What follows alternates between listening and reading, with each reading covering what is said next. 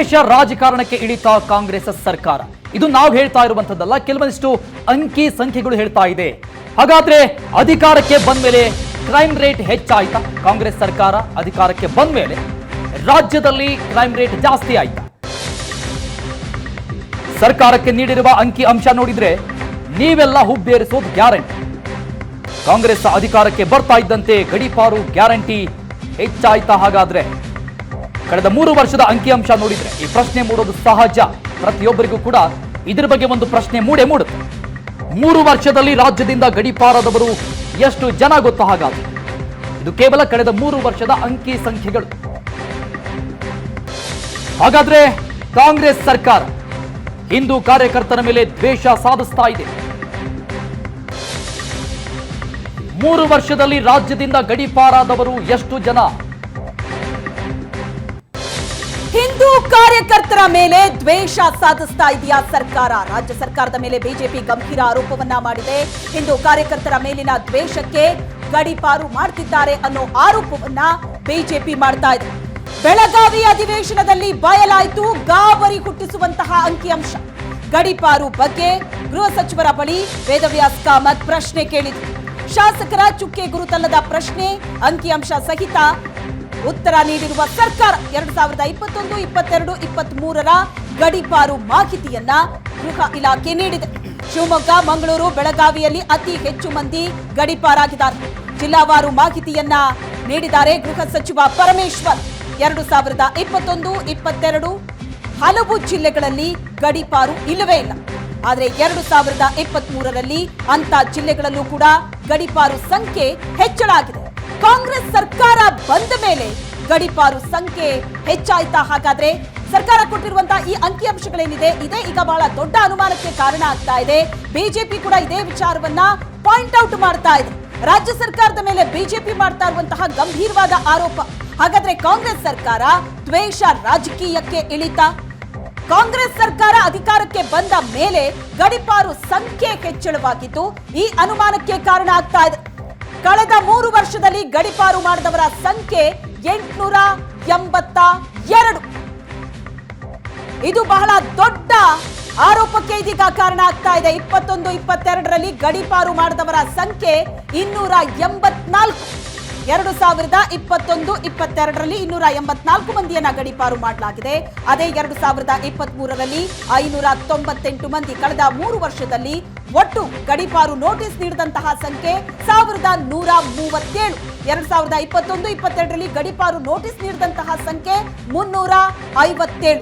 ಈ ಎಲ್ಲ ಅಂಕಿಅಂಶಗಳನ್ನ ಈ ವರ್ಷದ ಅಂಕಿಅಂಶಕ್ಕೆ ಕಂಪೇರ್ ಮಾಡಿದ್ರೆ ಹಾಗಾದ್ರೆ ಕಾಂಗ್ರೆಸ್ ಸರ್ಕಾರ ದ್ವೇಷ ರಾಜಕಾರಣವನ್ನ ಮಾಡ್ತಾ ಇದೆಯಾ ಅನ್ನೋ ಅನುಮಾನ ಬರ್ತಾ ಇದೆ ಅಂತ ಬಿಜೆಪಿ ಕಾಂಗ್ರೆಸ್ ಮೇಲೆ ಆರೋಪವನ್ನ ಮಾಡ್ತಾ ಇದೆ. ಎಸ್, ಹಾಗಾದ್ರೆ ಯಾವ ಜಿಲ್ಲೆಯಲ್ಲಿ ಗಡೀಪಾರು ಹೆಚ್ಚಳವಾಗಿದೆ ಅದರ ಅಂಕಿ ಸಂಖ್ಯೆಗಳನ್ನ ನಮ್ಮ ಸ್ಕ್ರೀನ್ ಮೇಲೆ ಗಮನಿಸ್ತಾ ಇದ್ದೀರಾ. ದಕ್ಷಿಣ ಕನ್ನಡ 2021, 22ರಲ್ಲಿ ಯಾವುದೂ ಇಲ್ಲ. ಆದ್ರೆ 2023ರಲ್ಲಿ 28 ಜನನ ಗಡೀಪಾರು ಮಾಡಲಾಗಿದೆ.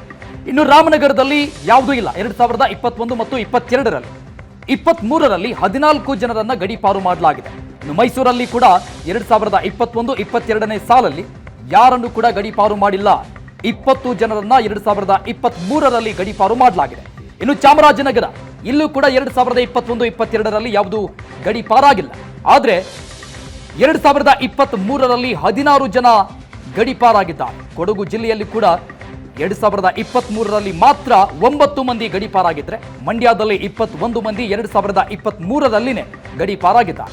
ಇನ್ನು ದಾವಣಗೆರೆ 2021, 22ರಲ್ಲಿ ಯಾವುದೂ ಗಡೀಪಾರಾಗಿಲ್ಲ.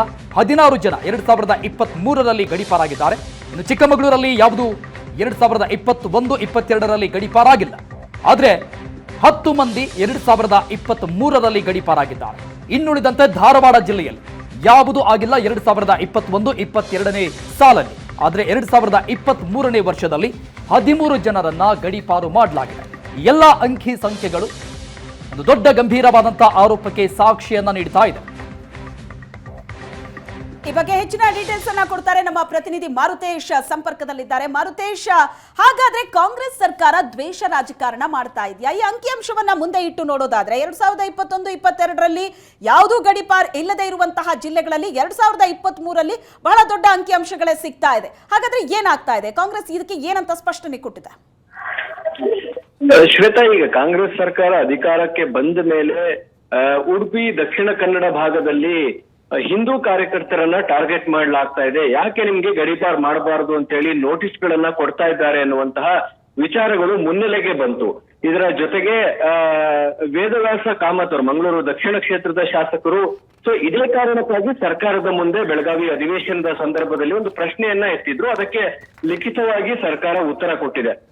ಸರ್ಕಾರದ ಉತ್ತರವನ್ನ ಗಮನಿಸಿದಾಗ ಮತ್ತು ಸರ್ಕಾರ ನೀಡಿರುವಂತಹ ಅಂಕಿ ಅಂಶಗಳನ್ನ ಗಮನಿಸಿದ್ರೆ ಒಂದು ಕಡೆ ಕಾಂಗ್ರೆಸ್ ಸರ್ಕಾರ ಬಂದ ಮೇಲೆ ಗಡೀಪಾರು ಹೆಚ್ಚಿನ ಸಂಖ್ಯೆಯಲ್ಲಿ ಆಗಿರುವಂತದ್ದು ಗೋಚರಿಸ್ತಾ ಇದೆ. ಮತ್ತು ಕೆಲ ಜಿಲ್ಲೆಗಳಲ್ಲಿ 2021 ಇರ್ಬೋದು 22ನೇ ಇಸ್ವಿನಲ್ಲಿ ಯಾವುದೇ ಗಡೀಪಾರು ಇಲ್ಲದೆ ಇರುವಂತಹ ಜಿಲ್ಲೆಗಳಲ್ಲೂ ಕೂಡ 2023ರಲ್ಲಿ ವ್ಯಾಪಕವಾದಂತಹ ಪ್ರಕರಣಗಳು ಗಡೀಪಾರು ಮಾಡಿದ್ದೇವೆ ಅನ್ನುವಂತಹ ಮಾಹಿತಿಗಳನ್ನ ನೀಡ್ತಾ ಇದ್ದಾರೆ. ಇದರ ಅರ್ಥ ಏನು ಹಾಗಿದ್ರೆ? ಕಾಂಗ್ರೆಸ್ ಸರ್ಕಾರ ಬಂದ ಮೇಲೆ ಒಂದು ಕ್ರೈಮ್ ರೇಟ್ ಜಾಸ್ತಿ ಆಗಿದೆ ಅಂತ ಹೇಳಿ ಅವರು ಇಂಡೈರೆಕ್ಟ್ ಒಪ್ಕೊಂಡಂಗ್ ಆಗ್ತಾ ಇದೆ. ಇಲ್ಲ ಬೇರೆ ಬೇರೆ ಜಿಲ್ಲೆಗಳಲ್ಲಿ ಏನ್ ಗಡೀಪಾರು ಮಾಡಿರ್ತಕ್ಕಂಥ ಸಂಖ್ಯೆಗಳಿದೆ ಅಲ್ಲಿ ನಿಶ್ಚಿತವಾಗಿಯೂ ದೇಶದ ರಾಜಕೀಯಕ್ಕೆ ಸರ್ಕಾರ ಮುಂದಾಗಿದೆ ಅನ್ನುವಂತ ಅನುಮಾನ ಬರೋ ರೀತಿ ಅಂಕಿಅಂಶಗಳು ಕಂಡು ಬರ್ತಾ ಇದೆ. ಯಾಕೆ ಇದನ್ನ ಹೇಳ್ತಾ ಇದೀವಿ ಅಂದ್ರೆ ಈಗ ಸಾಕಷ್ಟು ಜಿಲ್ಲೆಗಳಲ್ಲಿ ಉದಾಹರಣೆಗೆ ತೆಗೆದುಕೊಳ್ತಾ ಹೋದ್ರೆ ದಕ್ಷಿಣ ಕನ್ನಡ ಜಿಲ್ಲೆ ಇರ್ಬೋದು, ರಾಮನಗರ ಇರ್ಬೋದು, ಮೈಸೂರು ಇರ್ಬೋದು, ಮಂಡ್ಯ, ಚಾಮರಾಜನಗರ ಇಲ್ಲೆಲ್ಲೂ ಕೂಡ 2023ರಲ್ಲಿ ಹೆಚ್ಚು ಗಡೀಪಾರುಗಳಾಗಿರುವಂತದ್ದು. ಶ್ವೇತಾ,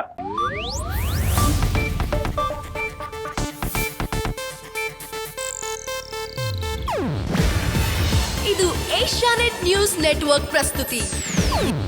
ನೀವು ನೋಡ್ತಿದ್ದೀರಾ ಏಷ್ಯಾನೆಟ್ ಸುವರ್ಣ ನ್ಯೂಸ್.